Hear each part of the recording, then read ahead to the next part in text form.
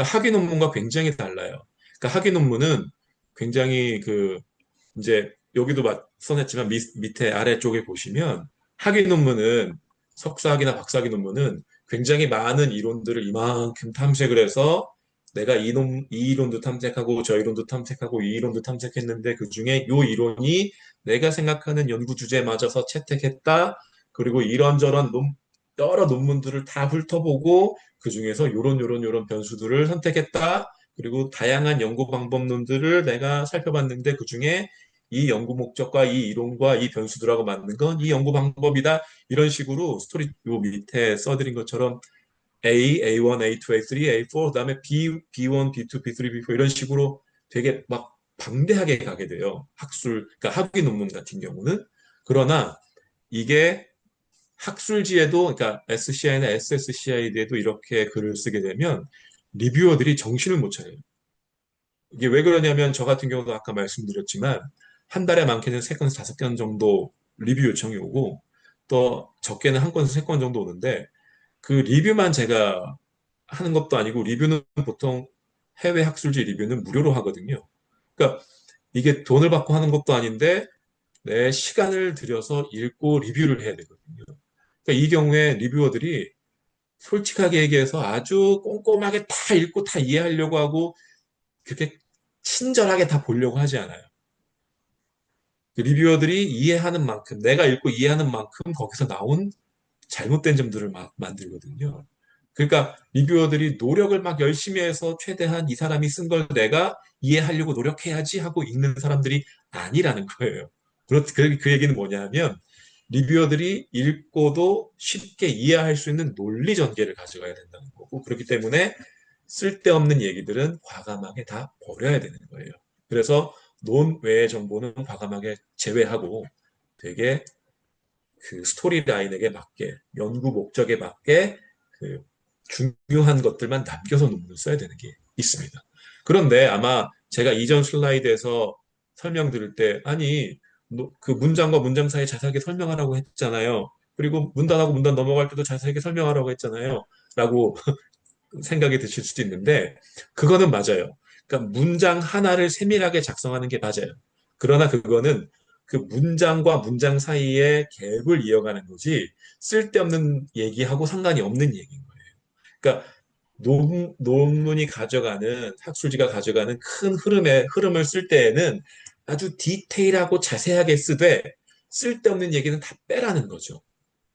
그래서 문단과 문단 사이에 불필요한 문단도 과감하게 제거하고 내가 이론으로 쓴 이론이 있다면 다른 이론들을 거론할 필요가 없는 거예요. 내가 쓴 방법론이 있다면 다른 방법론을 거론할 필요가 없는 거예요.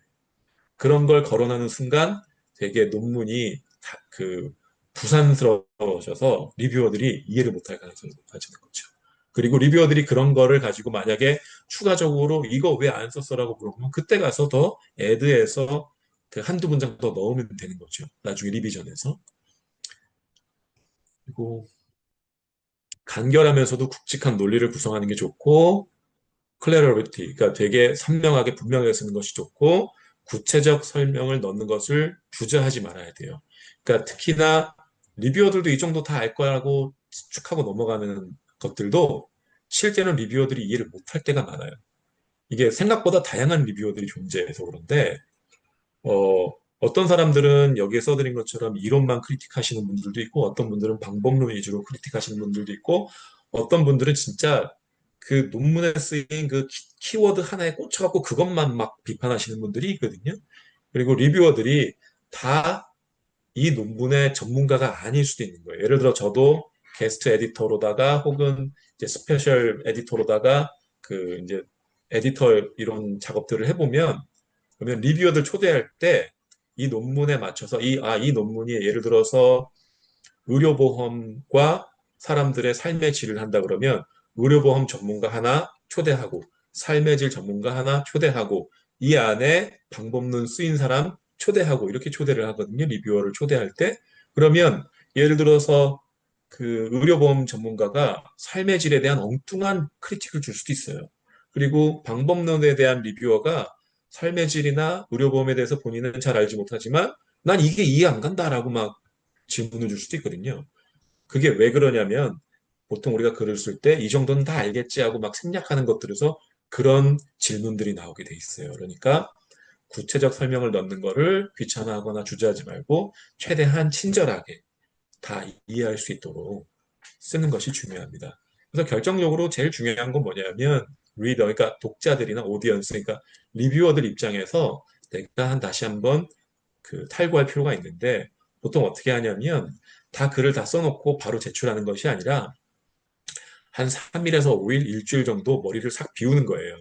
이 논문을 쳐다도 보지 말고 이 논문에 대해서 토픽에 대해서 생각도 하지 말고 완전히 머릿속에서 지우세요. 그리고 난 다음에 내가 다 써놓은 논문을 한 일주일 뒤, 뭐 그 뒤에 한번 읽어보세요. 그러면 내가 이해를 못하는 부분들이 정말 많거든요. 한 일주일만 지나도 그 나도 내가 쓴 걸 이해를 못하는 지점들을 다 리뷰어들이 크리틱하는 지점들이 돼요. 그러니까 리더나 오디언스, 리뷰어 입장에서 탈고를 할 필요가 있고, 그다음에 고전 이론을 제외하고는 최신 레퍼런스 사용하는 것이 굉장히 선호된다라는 점도 잘 아시고 넘어가면 좋을 것 같습니다.